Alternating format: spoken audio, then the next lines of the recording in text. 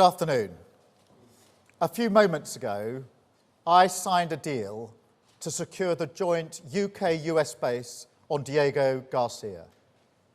This is absolutely vital for our defence and intelligence, and therefore for the safety and security of the British people.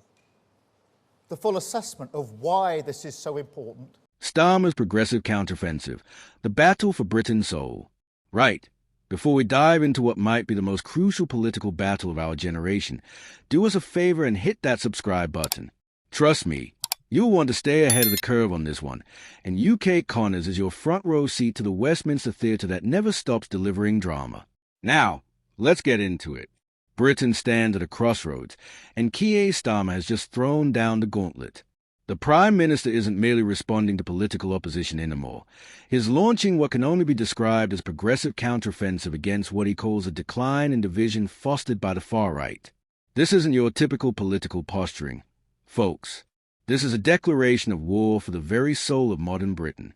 Picture this: a 9-year-old black girl shot in a racist assault, Chinese takeaways vandalized simply for existing, and communities living in fear because of the color of their skin or their faith. Starmer's words cut through the Westminster bubble like a blade.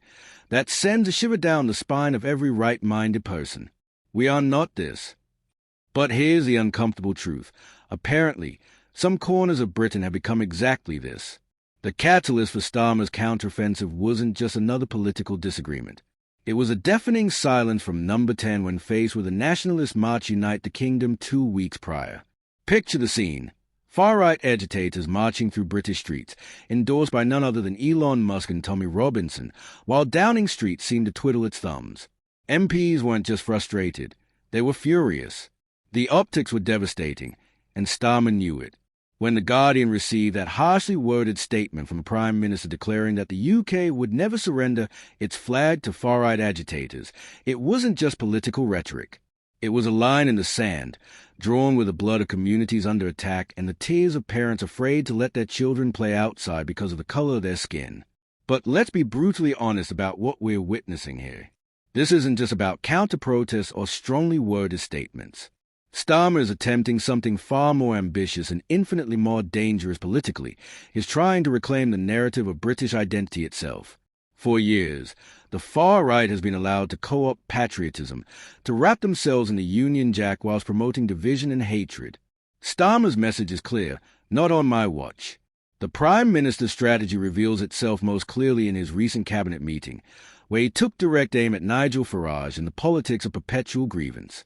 Ministers needed to be very clear about what we're up against, Starmer warned, before delivering what might be the most cutting political analysis we've heard from Downing Street in years. He identified those who profit from the politics of grievance and those who do not want issues resolved because solving problems would make their politics, rationale for being, and ideology become irrelevant to our culture. That's not just political commentary. That is a surgical strike at the heart of populist strategy. Starmer has identified the fundamental contradiction in far-right politics. They need problems to remain unsolved to justify their existence. It's a parasitic relationship with British society, feeding off division and decay whilst offering no genuine solutions. Think about the implications of what Starmer is proposing. He's not just fighting policy battles or trading barbs across the dispatch box. He's attempting to fundamentally reshape how Britain sees itself and its future. This is about whether we're a country that turns inward, suspicious and divided, or one that faces outward, confident in our diversity and strength. The timing of this counteroffensive is no accident. Britain is experiencing what many describe as a cost-of-living crisis, with communities feeling abandoned and forgotten. It's precisely in these moments of vulnerability that extremist narratives take root. The far right offers simple answers to complex problems. Blame the other, fear the different, retreat into nostalgia for a Britain that never quite existed as I remember it. Starmer's approach is fundamentally different and considerably more challenging. Instead of offering easy scapegoats, he's demanding that Britain look in the mirror and decide what kind of country it wants to be. It's a high-risk strategy because it requires nuance in an age of sound bites, complexity in an era that craves simplicity. The loutish behavior on the streets that Starmer referenced isn't happening in a vacuum. It's a physical manifestation of years of political rhetoric that has normalized hatred and division. When political leaders dog whistle about immigration, when they treat refugees as invaders rather than human beings seeking safety, when they allow conspiracy theories to fester unchallenged, this is the inevitable result. But here's where Starmer's counteroffensive gets interesting, and frankly, where it gets dangerous for his opponents. He's not just offending multiculturalism or progressive values in abstract terms. He's making it personal. That 9-year-old girl, those vandalized takeaways, those communities living in fear, these aren't statistics or talking points. They are the human cost of political cowardice and extremist pandering. The response from the far right has been predictably hysterical. Tommy Robinson and his ilk are doubling down, claiming they are the true patriots while Starmer is somehow betraying British values.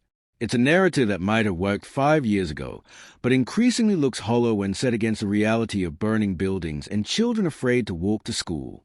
What makes this counteroffensive particularly potent is Starmer's background. This isn't a career politician or privileged Westminster insider making these arguments.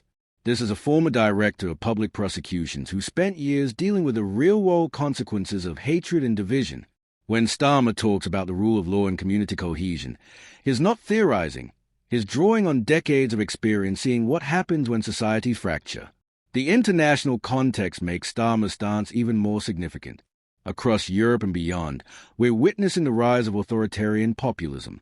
From Trump's America to Orban's Hungary, the playbook is always the same.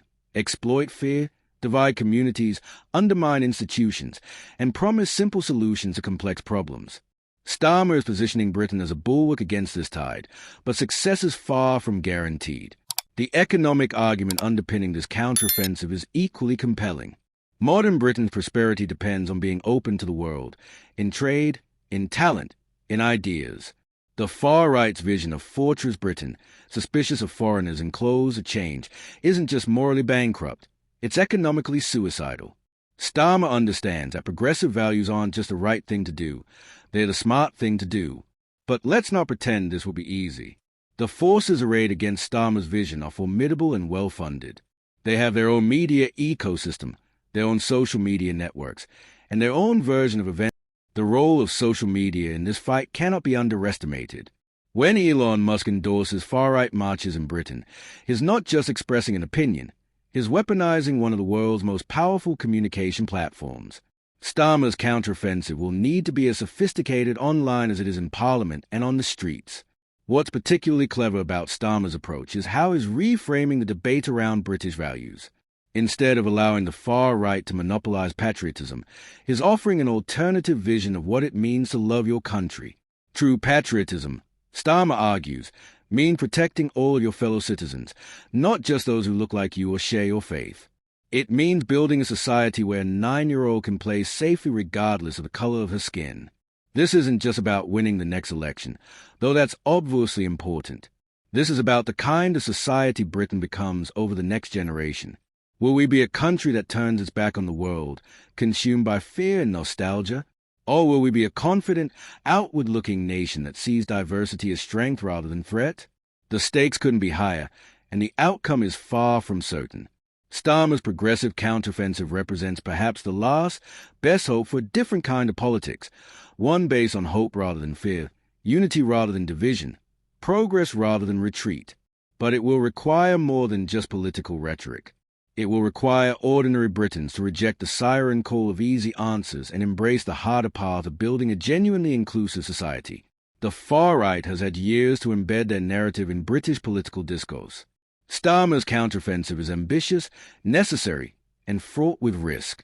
Whether it succeeds may well determine not just who governs Britain, but what kind of country Britain becomes. The battle for Britain's soul has begun, and we're all combatants whether we like it or not. This is a defining political moment of our time, and UK Connors will be here to dissect every move, every countermove, and every consequence. Because understanding this battle isn't just about following politics, it's about understanding the future of our country. Don't forget to subscribe, because this story is far from over, and you won't want to miss what comes next. The £47 billion price tag alone should have been enough to pause and reconsider. That's not just money, that's generational debt, resources that could have transformed British infrastructure, education, healthcare, or defense capabilities. Instead, It's being used to pay rent on territory that was already ours, to a government that's simultaneously courting our adversaries. It's not just poor value for money, it's actively harmful to British interests. And the security implications keep getting worse. Russian marine research near Diego Garcia isn't just a theoretical concern.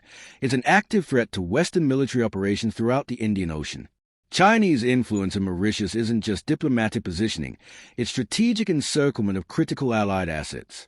Iranian cooperation with the new administrators of Chagos isn't just regional politics, it's potential intelligence gathering against British and American operations.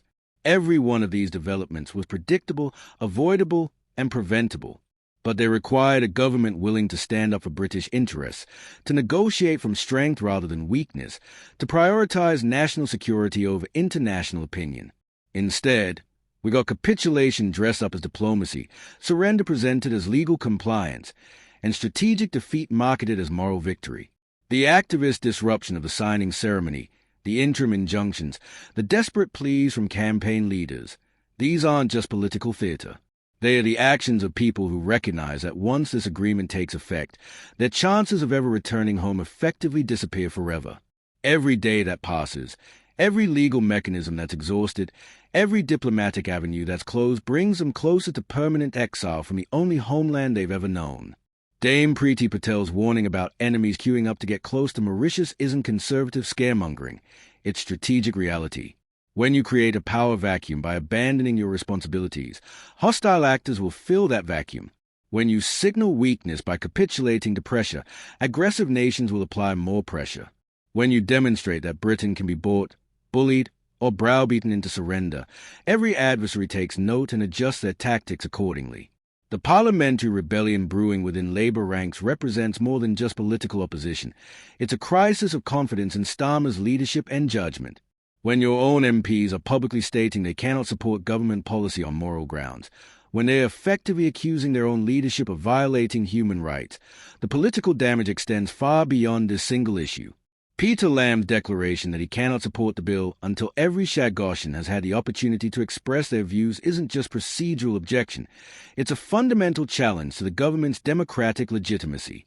How can a Labour government, supposedly committed to social justice and human rights, make decisions about people's homeland without bothering to ask their opinion? The ICC referral hanging over Starmer's head changes everything about how this government operates on the international stage. Every foreign trip, every diplomatic negotiation, every international summit now carries the specter of potential prosecution.